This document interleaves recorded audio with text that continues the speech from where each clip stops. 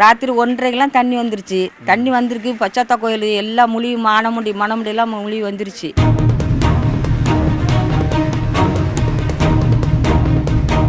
4:15 மணியில இருந்து இப்போ ஒரு 1/2 hour வரலாம் இந்த இடத்துல போன தண்ணி இருக்குங்களே, காவிரி ஆத்துல தண்ணி போற மாதிரி போச்சு சார். தண்ணி ஒரு 3 மணிக்கு மேலே வந்துடுது. புல்ல நிறைய இருந்தது. ஒன்றுமே இப்போ தெரியல கண்ணுக்கு. வேற கவர்மெண்ட் சைடில் எந்த ஹெல்ப்புமே இல்லை சார். நான் டவுன் பஞ்சாயத்து டிஓக்கும் ஃபோன் பண்ணி சொன்னேன். இரவு 1 மணி நடுநிசையில் தூங்கும்போது தண்ணி லேசாக ஏற ஆரம்பிச்சிச்சு. அப்புறம் நாங்கள் பார்த்துட்டு ஒருத்தவங்களை ஒரு வீடாக தட்டி எல்லோரையும் எழுப்பி மேடையில் வந்து உட்காந்துருந்தோம். மழை பெஞ்சிக்கிட்டே இருந்துச்சு. ஒரு 4 மணி 5 மணிக்கு மேலே தான் மழை நின்றுச்சு. அதுக்கப்புறம் மேட்டான பகுதியில் கோயில் பாறை மேலே இருக்கிறோம். இது வெளியும் காலையிலேருந்து யாருக்கும் உணவு கிடையாது. நாங்களே கோயிலில் ஒரு உணவு ரெடி பண்ணி சாப்பிட்டுக்கிறோம். எங்கே இருக்குது இவ்வளோ தண்ணி உங்களுக்கு? எங்கெங்கெல்லாம் வருது இது? ஆற்றுல தென்பெண்ணை ஆற்றுலேருந்து வர்ற தண்ணி. அது வந்து திடீர்னு ஒரு 10,000 கண்ணாடி திறந்தாங்கன்னு சொல்லி சொன்னாங்க. சும்மா தொடர்ந்து 3 நாளாக மழை பெஞ்சதுனால சுற்று பக்கத்தில் இருக்கிற ஏரிகள் பூரா உடஞ்சி திடீர்னு பெருக்கெடுத்தது தான் இது. நாங்கள் ஒரு 25 ஆண்டுகளாக இந்த இடத்துல இருக்கிறோம். இன்றைக்கி நேற்று இல்லை, 25 ஆண்டுகளாக எங்கள் குடும்பங்கள் இங்கே வசிக்கிறோம். ஆனால் இது மாதிரி தண்ணி வந்ததில்லை. உபரி தண்ணி மட்டும் வரும். அதுவும் ரோட்டில் அங்கேயே மெயின்லேயே போயிடும், இங்கே வராது. ஆனால் இப்போ இந்த தாட்டி தான் ஏரி உடைஞ்சதுனால இவ்வளோ பாதிப்பு எங்களுக்கு உள்ளாகுது. ஒரு வீட்டுக்குள்ளாரையும் இப்போ தண்ணி போயிருக்கு. ஒவ்வொரு வீட்லேயும் என்னுடைய இடுப்பளவு கிட்ட ஒரு 5 அடி அளவு தண்ணி உள்ள 5 அடி தண்ணி இருக்குது உள்ள வீட்டுக்குள்ளே. பொருள் எல்லாமே அவங்கவுங்க கேட்டை சாத்திக்கிறதுனால உள்ளுக்குள்ளேயே தான் இது எல்லாமே நனைஞ்சு போச்சு. பொருள் அண்டா குண்டா சில பொருள்களுக்கே போயிடுச்சு. வண்டி எதிர்க்கு ஆப்போசிட்டில் நிறுத்தின ஒரு 7 வண்டி இந்த வீட்டுங்க வண்டி எல்லாம் அடிச்சிட்டு போயிடுச்சு. ஒரு ஆட்டோ அடிச்சிட்டு போய் நிற்கிது. மற்றபடி ஜாமான் எல்லாமே வாஷிங் மிஷின், ஃப்ரிட்ஜு எல்லாமே முழுகிடுச்சு தண்ணியில். டிவி எல்லாமே முழுகிடுச்சு. குறைஞ்சபட்சம் ஒரு 2 லட்ச ரூபாய்க்கு மேலே தான் இருக்கும் நஷ்டேடு ஒவ்வொரு வீட்டுக்கும். ஒரு இந்த தெருவில் ஒரு 15 வீடு, அந்தாண்ட தெருவில் ஒரு 30 வீடு இந்த பக்கம் மட்டும். அந்தாண்ட பக்கம் ஊரில் நிறையா ஆகிது.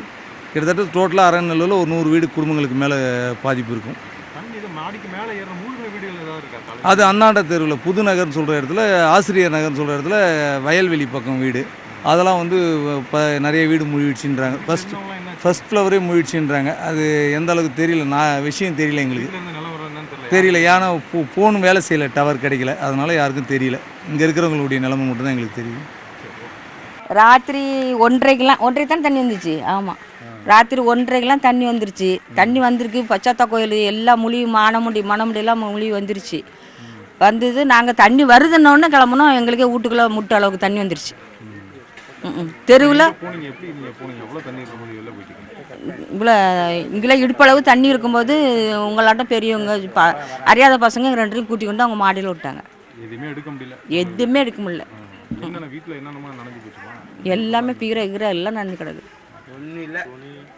துணிமணி எதுவுமே எடுக்கல. அதை எல்லாமே நனைஞ்சு போச்சு. எல்லாம் இல்லை, இத்தனை வருஷமும் பார்க்கல நாங்கள். என் பேரா பொன் ரோஜா. உள்ளெல்லாம் வேலை வாதெல்லாம் கொட்டிக்கிச்சு. இல்லை சாமி, ஆமாம். என்னாச்சு? எப்போ எத்தனை மணிக்கு தண்ணி வந்துச்சு? தண்ணி ஒரு 3 மணிக்கு மேலே வந்துடுது. நீங்கள் எப்படி எங்கே இருந்தீங்க? தண்ணி மேலே எங்கே இருந்தீங்க? இந்த பக்கத்து வீட்டுக்கு போயிட்டேன். மேலே இருந்தீங்க? ஆமாம், பக்கத்து வீட்டு ஒருத்தர் இட்டுன்னு போய் நாங்கள் விட்டாங்க. வீட்டில் என்ன பொருள் எல்லாம் என்ன? பொருள் நிறைய இருந்தது. ஒன்றுமே இப்போ தெரியல கண்ணுக்கு. சரிம்மா. அப்போ 72ல் இப்போ வீட்டு உள்ளே 2.5 அடி தண்ணி வந்துச்சு. நாங்கள்லாம் மேலே தான் இருக்கோம். 2வது, இந்த தண்ணி வரப்போகுதுன்றது எந்த விதமான அனௌன்ஸ்மெண்ட்டும் இல்லை சார்.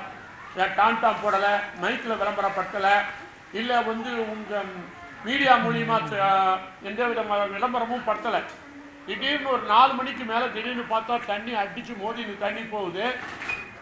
கவர்மெண்ட் வந்து ஏன் இவ்வளோ அசால்ட்டியாக இருந்தது, ஏன் இந்த கவர்மெண்ட் சர்வெண்ட்டெல்லாம் இவ்வளோ அசால்ட்டியாக இருந்தாங்கன்றது புரிஞ்சிக்க முடியல.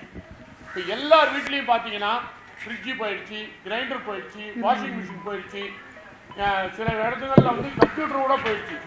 இந்த மாதிரி ரொம்ப லாஸ், ஜனங்களுக்கு ரொம்ப லாஸ், ரொம்ப அவஸ்தை.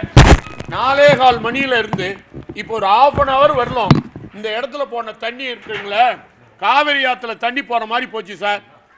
ஆனால் மீட்புக்கு நான் 5:10 நான் கலெக்டர் பிசிக்கு பேசினேன், கேம்ப் ஆஃபீஸுக்கு. அவங்க ஒரு நம்பர் கொடுத்தாங்க, விழுப்புரம் நம்பர் கொடுத்து 223265 பேச சொன்னாங்க. அவங்கக்கிட்ட பேசினேன். அப்போ நான் பேச பார்த்து 5:10. அப்போ அன்புன்றவர் அதை காலை அட்டன் பண்ணார். ஆனால் அவர் உடனே ஏற்பாடு பண்ணுறேன்னாரு. அதெல்லாம் கூட ஒன்றுமே செய்யலை. தண்ணி தானாக வந்த ஒருபாடு மீட்பு குழு வருது. இதுதான் போலீஸ் மட்டும் ஹெல்ப் பண்ணிச்சு. யாரும் அங்கே போகாதீங்க, இங்கே போகாதீங்க, அங்கே போகாதீங்கன்னு. மேலே கவர்மெண்ட் சைடில் எந்த ஹெல்ப்புமே இல்லை சார். நான் டவுன் பஞ்சாயத்து ஈஓவுக்கும் ஃபோன் பண்ணி சொன்னேன். அவரும் நான் பார்க்குறேன்னாரு. பக்கத்தில் ஒரு வாய்க்கா போகுது, அந்த வாய்க்கா துந்துருக்குது. அந்த துந்த வாய்க்கால எப்போ அவங்க சீர் பண்ணியிருந்தாலும் இந்த தண்ணி இங்கே தேங்கியிருக்காது, இந்த ஜனங்களுக்கு இவ்வளோ அவஸ்தை கொடுத்துருக்காது சார். இதுதான் சார் என்னுடைய கருத்து. மோகன கிருஷ்ணன். போயிட்டு வாசக்கால் இருக்க, வாசக்காலில் முக்காவாசி மூழ்கிடுச்சு சார். வீட்டு உள்ள அந்த 2 வீட்லையுமே. என் வீட்டு உள்ள இந்த படியெல்லாம் தாண்டி 2.5 அடி தண்ணி வந்துடுச்சு. மேலே மெத்தைக்கு வர்ற படி இருக்கே, அதில் 4வது படி வரலும் தண்ணி வந்துடுச்சு. ரொம்ப லாஸ் சார், பொருளெல்லாம் ரொம்ப லாஸ்.